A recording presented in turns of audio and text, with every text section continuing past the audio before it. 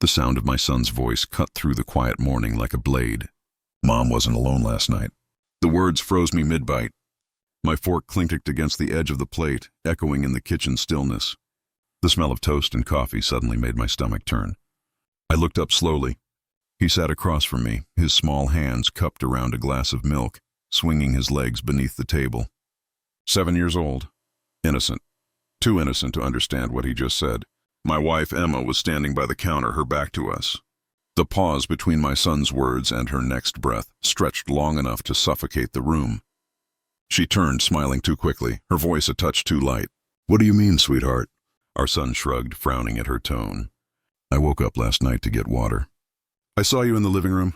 You were talking to a man." The world went quiet. I stared at her. She blinked once, twice, her lips parting slightly before a nervous laugh slipped out. "Oh, honey, that was just Uncle Ryan on the phone." Mommy was FaceTiming, but her eyes didn't meet mine when she said it. Our son frowned again. No, it wasn't on the phone. He was sitting on the couch. The air thickened. My heart began to hammer, each beat sharper than the last. I tried to keep my voice calm even as a dozen thoughts started clawing through my chest. "Emma!" Her gaze darted toward me, then back to our son. "You must have been half asleep, baby," she said quickly. "You probably dreamed it. Remember those weird dreams you get when you sneak candy before bed?" "I didn't have candy," he said, his tone matter of fact.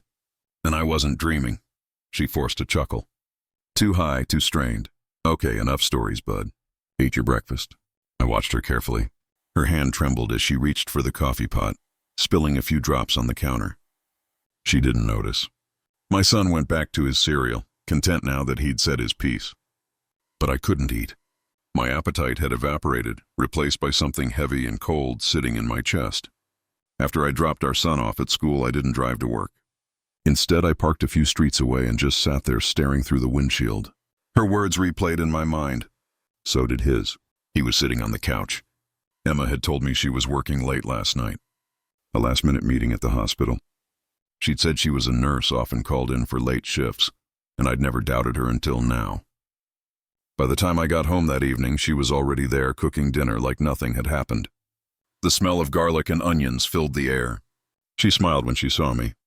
That same smile she'd worn for years, but tonight it felt rehearsed. "How was work?" she asked. "Fine," I said. My voice sounded distant even to me. "How was your night?" Her hand hesitated over the pan for just a second. "Busy," she said finally. "Same old chaos." I studied her. "Our son said he saw someone here." She laughed softly.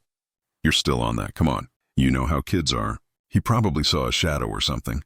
"Maybe," I said. But the doubt had already taken root. That night, after she fell asleep, I went downstairs. The living room smelled faintly of cologne that wasn't mine. I walked slowly, scanning every inch of the space. Then I saw it. Beneath the edge of the couch. A single cufflink. Silver, shiny, not mine. I picked it up, turning it over in the dim light. The engraving caught my eye. A small letter R. Ryan, Emma's co-worker, the same Ryan she'd mentioned that morning. I sank into the couch, staring at that tiny piece of metal like it might start talking. My pulse roared in my ears. I wanted to believe there was some logical explanation, some innocent reason, but deep down I already knew. The next morning I dropped our son off again, kissed him goodbye, and drove straight to the hospital.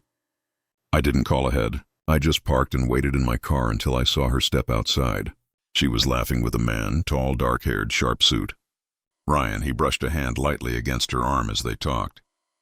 She didn't pull away. Something in me cracked open then. Not the loud cinematic kind of anger. Just a quiet breaking. The kind that sinks deep and settles into every corner of you. That night when she came home, I was waiting at the kitchen table. The cufflink lay between us. Her eyes flickered to it, and for the first time she didn't have a ready smile. "Where did you find that?" she whispered. "Under the couch," I said. She closed her eyes, exhaling slowly. "It's not what you think." "Then tell me what it is." He came over to talk. That's it. At midnight, her jaw tightened.